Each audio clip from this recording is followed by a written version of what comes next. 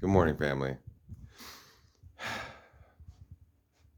Whether I've been alone or had music or books or tarot readers or guides or whatever, my heart has always been in the right place. That each person deserves to be free and happy and have a voice. And I know that I'm flawed and everyone is flawed, but everyone is perfect. And we we can't learn without looking at ourselves and looking at each other, and then there's this comparison that might go on, and or competition, and there's not really any comparison or competition because each of us is separate as an individual, and we would have nothing, just our fleas and crawling around in nature, if there was any possible way that we could grow up from being a baby and not having any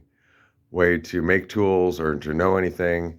And so even cavemen had to rely upon those that came before them to raise themselves up. And then the weird thing is then there's always one that tries to dominate everyone, and that has always been an issue. And so somehow it seems as though the weakest of us are the ones that carry the torch now. And I don't know how to explain that, since the whole thing is a paradox in the first place, which is why everything defeats logic, and logic defeats itself. And as soon as it ever finds that, oh, then this is the final answer, then that's kind of a dead place. That 2 equals 2. Well, what's 2? Oh, well, then we redefine 2, that means this. And then and it just keeps going and keeps going and keeps going. There's no dead end, and it's all at a dead end, especially if we're not giving all we can, the best we can, back to humanity. And of course, there's no way anyone could give every single second or hold back a single second, because every moment we're even being recorded at our location, and our microphones on our phones, or we're consuming something that we paid for. And the time when we're the most useless kind of is the time that we're shopping. But then computers have made it so that that time is actually part of the collective experience, and it helps guide other shoppers. But as soon as it helps guide other shoppers, then it takes away some of their free will, because then their experience is being monitored and shuffled towards a certain end. And so the paradox never completes. It's such a mystery. And the same with the spiritual, because, you know,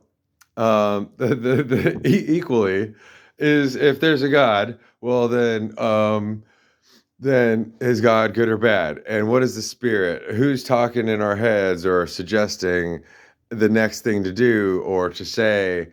Is it about pride? Is it about getting ahead? Is it about getting revenge? Is it about making a point? Where is it all going?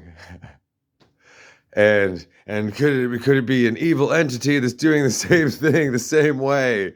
Oh my God, right? And what good is it to be too smart if if one realizes that? And all you can really do is check in every day and show everyone that you're trying your best, and whatever's in the past is in the past, and here we are right now. And I wish I had friends around me and family in my presence to enjoy things with, because I'm just stuck on all these different ends of not being here and being here and giving myself away, and then seeing, oh, well, that's a really good point if I look back at something I made, and then later being like, oh, that's prideful, I should throw that away. Or I should keep that. Maybe it'll teach somebody else a lesson if they see it. Or, oh, maybe it'll misguide them. And so I'm really just been going through it, trying my best to figure out how I could be the best I could be for everyone every day. And this is what I got to say right now.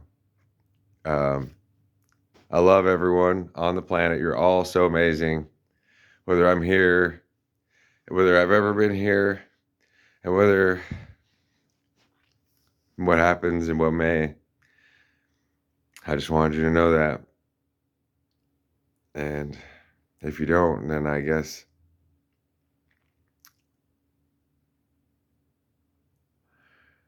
I don't know.